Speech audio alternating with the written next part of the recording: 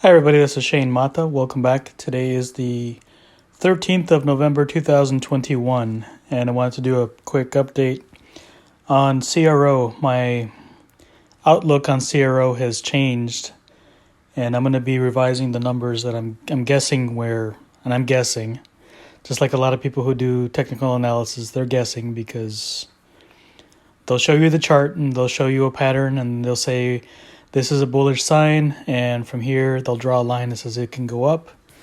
And then the next thing you know, they're saying, but it could also go down. So they don't really tell you. They just tell you it's going to go up or it's going to go down. Or we might see some consolidation and it'll go sideways for a little bit.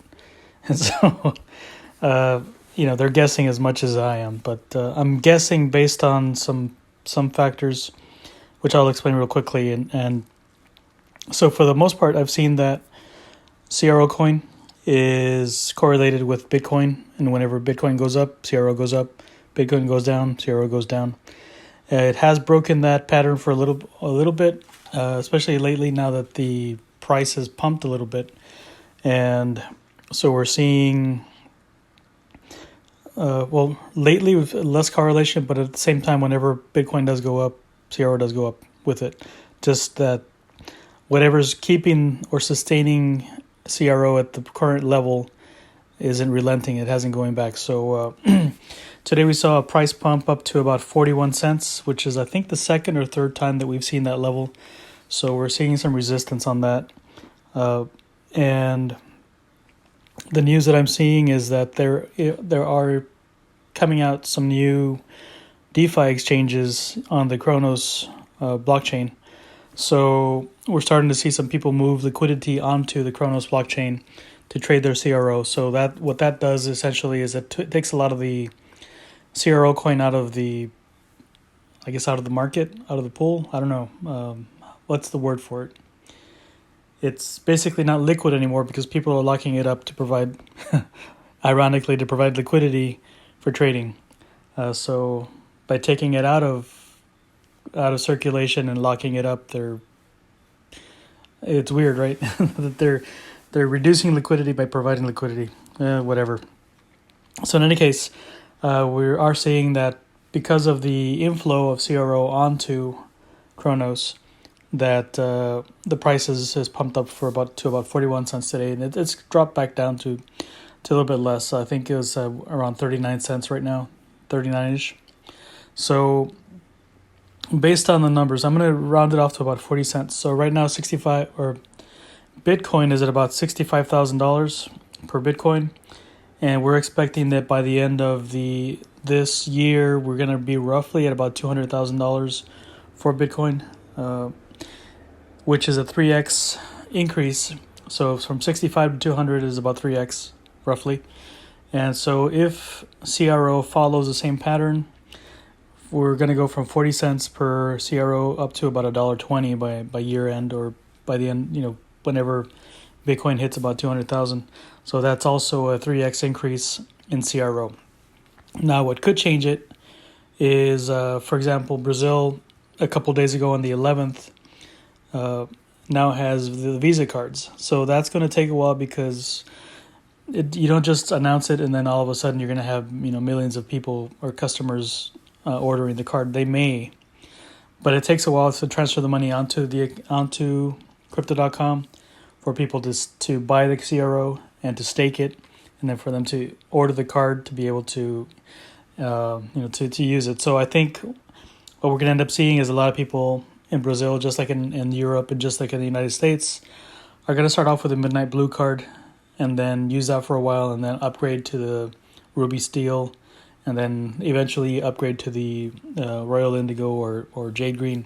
So that I don't expect that there will be much lockup for the card yet, as people, again, because they have to move money into crypto.com, it takes a few days for that to work, especially if they're not using the same systems that like they have in the UK or in Europe, where they're able to send it overnight or immediately. The instant transfers, I forget what it's called.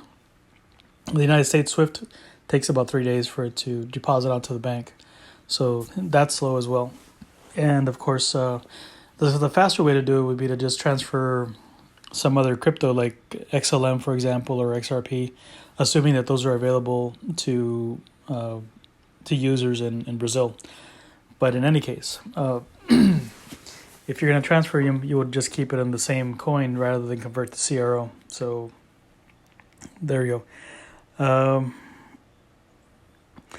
So yeah, I think that we're looking at an outlook of about $1.20 unless other things go, change. Like for example, launching an exchange in the U.S. would also raise the price because that would lock up a lot of CRO that's out there. Also, if we see more exchanges or DeFi products launching on the Cronos, then we'll see the price of CRO increase independent of its correlation with Bitcoin. And also, if we see that, what is it?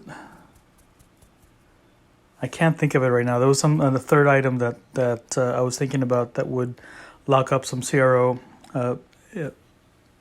in case. Oh, if Cosmos also gets their stuff sorted out, where they're able to interface with other blockchains and bring in liquidity, some of that might spill over into the Cronos blockchain, which would also pull more CRO onto Cronos to provide liquidity to those exchanges. So overall, we're looking at a positive outlook for CRO, although I'm not going to be overly excited about the possibility because I see people saying it's going to be $5, it's going to be $2 or whatever, but I don't see it yet.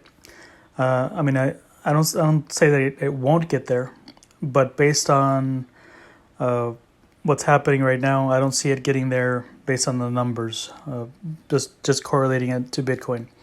Now, again, if we break the correlation and CRO pumps independently and then recorrelates again or recalibrates its correlation with Bitcoin at that point, then I could see, we maybe have $2 CRO at some point. So, things are looking good. They're exciting, but let's not get too hasty on this.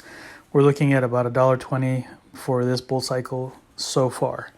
And of course, we'll revise this, or I'll revise this as we get more developments, more updates. All right, I want to just that's it for today. I want to thank you for listening. We'll talk to you again soon.